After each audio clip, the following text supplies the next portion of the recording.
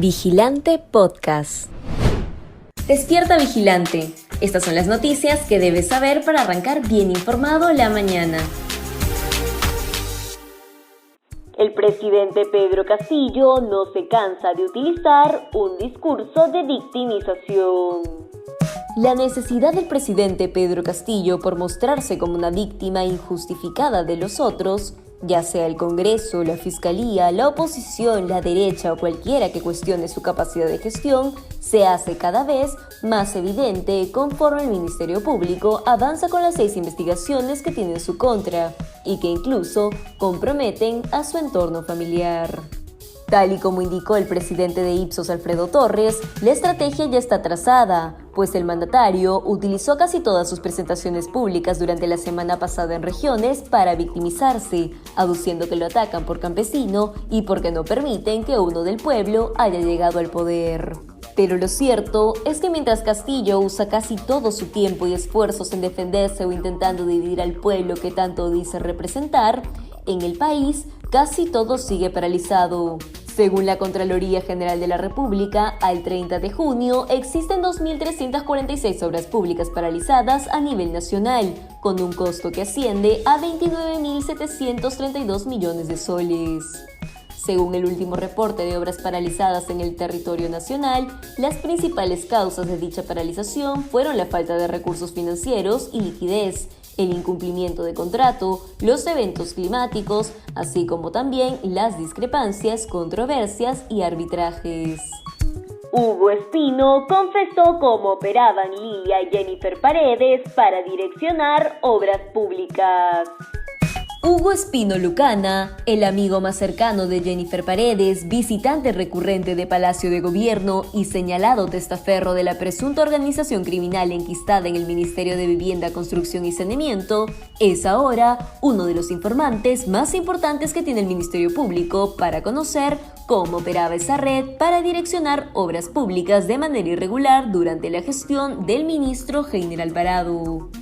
Según el organigrama que maneja la Fiscalía, la red estaría liderada por el presidente Pedro Castillo y tendría como coordinadora a la primera dama Lilia Paredes. A ello se suma que Heiner Alvarado y el alcalde de Anguía, Nenil Medina, serían los lugartenientes de dicha organización que incorporó a los hermanos Espino Lucana y a los hermanos Jennifer David y Walter Paredes como testaferros. Tras su detención preliminar el 9 de agosto, los hermanos Espino Lucana decidieron acogerse a la confesión sincera para dar información importante a la Fiscalía sobre los ilícitos. Debido a ello, ninguno de los dos fue incluido en el requerimiento de prisión preventiva que se solicitó contra Jennifer Paredes y Nenil Medina. Contraloría advierte que existen 2.346 obras públicas paralizadas en Perú hasta julio de 2022. Mientras que el presidente Pedro Castillo está más preocupado en afianzar su estrategia de victimización ante el avance de las 6 investigaciones fiscales en su contra y su manifiesta incapacidad para gobernar, los principales y más urgentes problemas del país se siguen agravando. A julio de 2022, hay un total de 2.346 obras públicas paralizadas en todo el Perú, según un reporte de la Contraloría General de la República. En concreto, la inversión pública a cargo del gobierno nacional cayó a su punto más bajo en los últimos años. El órgano de control precisó que estos proyectos detenidos representan una inversión de 29.000 millones de soles. La entidad agregó que se requieren 14.000 millones de soles para concluir las obras que están paralizadas en el ámbito nacional. El contralor Nelson Schack explicó en Cuarto Poder que esta situación tiene varias causas. Sin embargo, aseguró que una de ellas es la corrupción. Según la Fiscalía, Jennifer Paredes habría pretendido enquistarse en el Ministerio de Educación. A la cuñada del presidente Pedro Castillo, Jennifer Paredes, no solo le habría bastado con tener injerencia en el Ministerio de Vivienda, Construcción y Saneamiento, sino que además habría pretendido enquistarse de alguna forma en el Ministerio de Educación o tener cierta influencia en dicha cartera ministerial, según se lee en la página 84 del requerimiento fiscal que se presentó tras las diligencias en el domicilio de Cajamarca.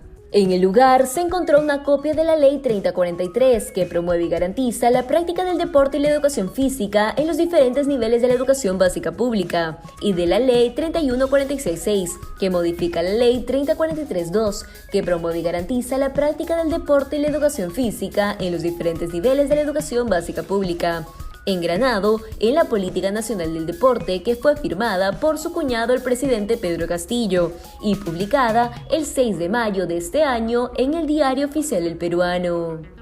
Además, también se hallaron otros documentos que han servido para que el Ministerio Público señale que Paredes buscó tener cierto grado de participación en el proyecto de ley que autoriza al Ministerio de Educación a efectuar una transferencia de partidas en el presupuesto del sector público para el año fiscal 2022.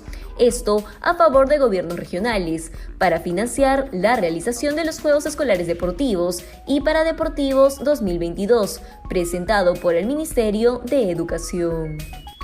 3 de cada 10 niños en distritos de Arequipa tienen anemia. Este lunes 22 de agosto se inicia la tercera semana de lucha contra la anemia en Arequipa.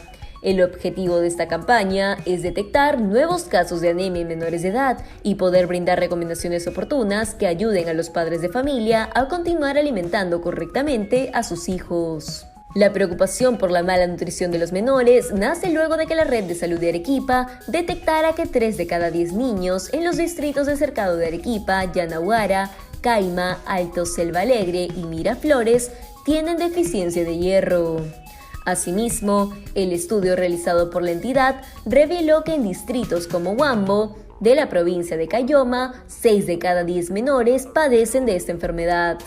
Por último, la Red de Salud también detectó que existen distritos arequipeños en donde el 100% de niños evaluados tienen anemia. Si quieres seguir informándote, te invitamos a revisar nuestra web vigilante.pe. No olvides suscribirte a nuestro canal de YouTube y seguirnos en redes sociales como Facebook, Instagram y Twitter. Ahora también podrás escucharnos a través de Apple Podcasts, Google Podcasts y Spotify.